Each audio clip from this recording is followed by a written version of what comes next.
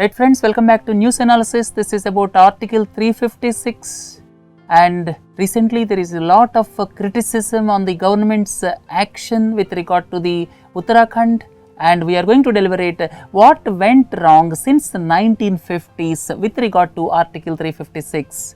And let us look at what is Article 356. As per Article 356, President's rule can be imposed in a state if there is a failure on the part of the state government.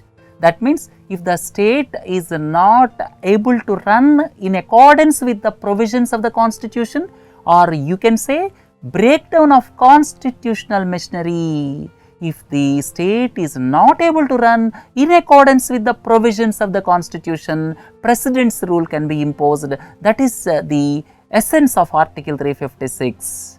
And if you look at Article 356(3), proclamation imposing President's rule shall be laid before each House of Parliament and shall cease to operate at the expiration of 2 months unless before the expiration of that period it has been approved by both the Houses of Parliament. That means after imposition of President's rule, it is to be ratified by Parliament within 2 months. That is about Article 356(3). So, Article 356 clearly says President's rule can be imposed when there is a breakdown of constitutional machinery in the state. And Article 356(3) says that is to be ratified by Parliament.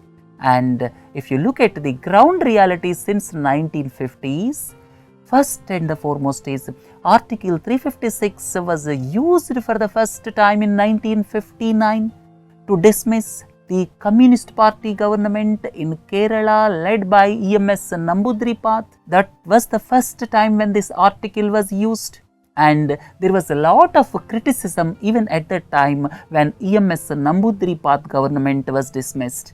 Second, it was also used against various non-Congress governments by Srimati Indira Gandhi when she was the Prime Minister between 1967 to 1970.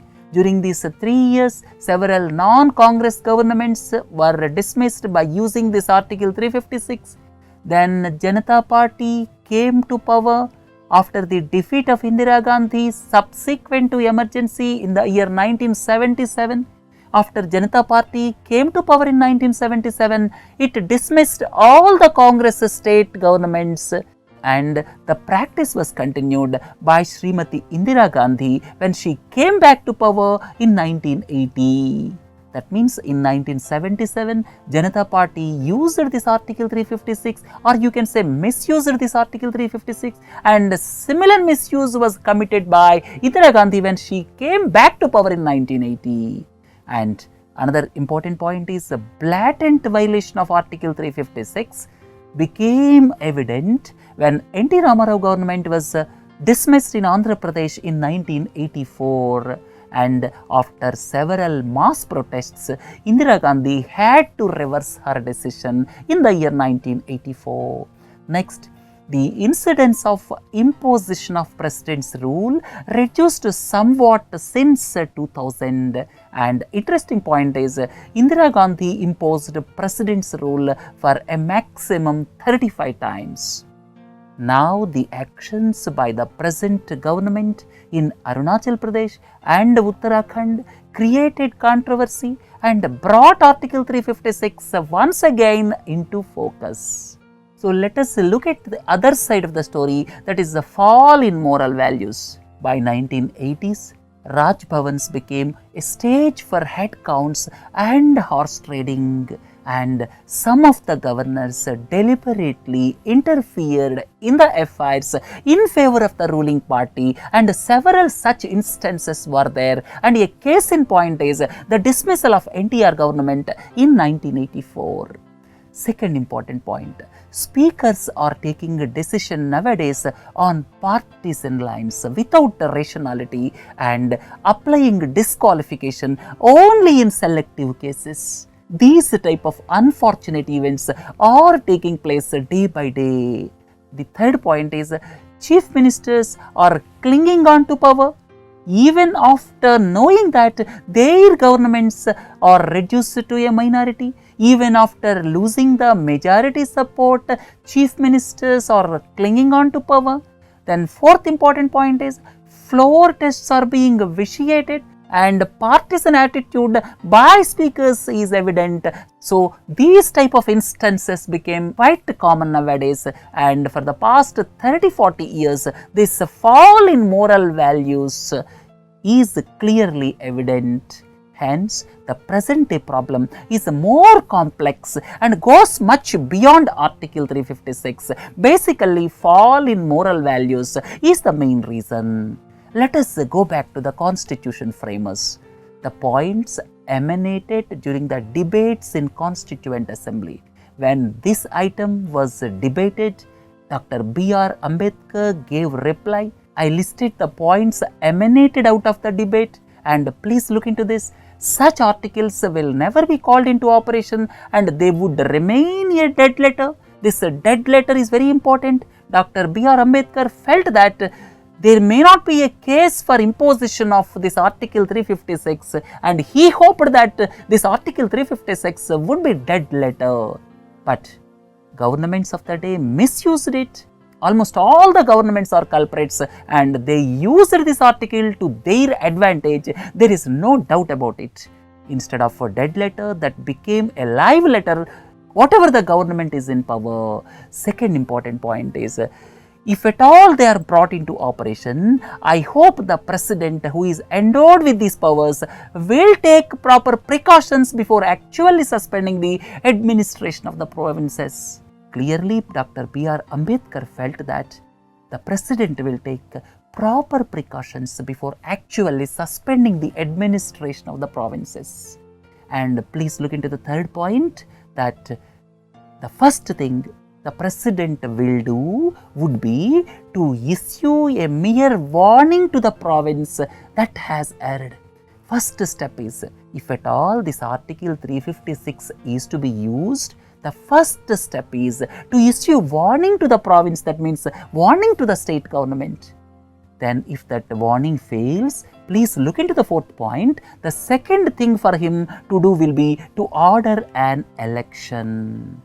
Right? So the Constitution framers thought that there may not be a need for use of this Article 356, but unfortunately it was not so. It was used several times, and 35 times it was used by Indira Gandhi, and several other governments also used this article to their advantage. There is no doubt about it.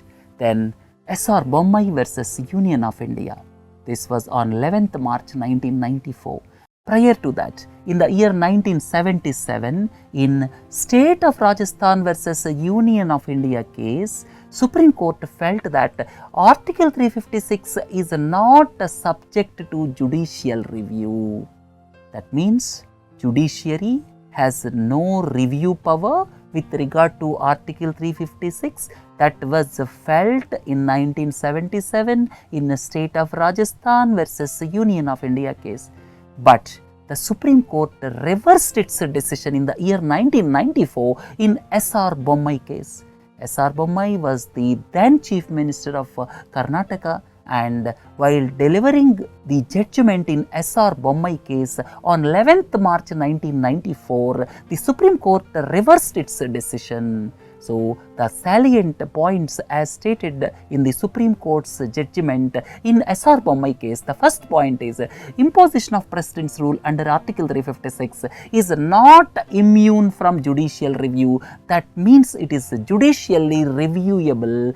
To look at the aspects of, I have given three aspects. These three are very important, whether there is any basis of any material for imposition of Article 356.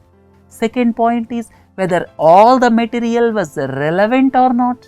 The third point is the proclamation issued is on the malified exercise of power or not. So these three things are to be seen by the judiciary, right?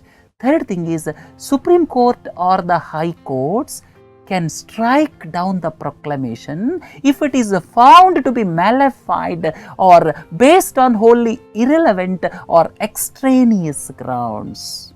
If there is no material evidence, Supreme Court as well as High Courts have got power to strike down the proclamation as per Bommai judgment. And the fourth point is the Supreme Court will review based on whether the material is relevant to action. Then fifth point is any dispute over a state government enjoying majority has to be resolved only on the floor of the assembly. This is very, very important. Any dispute whether the state government is enjoying majority or not is to be resolved only on the floor of the assembly. Then state assemblies shall not be dissolved until both the houses of parliament endorsed such a move. Then another important point is imposition of president's rule is justified only when there is a breakdown of constitutional machinery but not administrative machinery.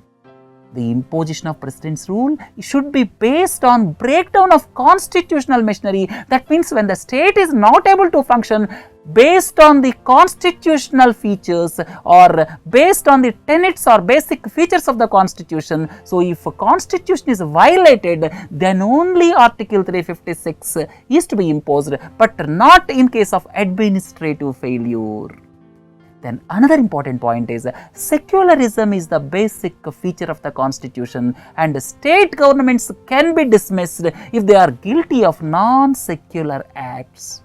If state governments are not able to function with the basic tenet of secularism, then the state governments can be dismissed under Article 356.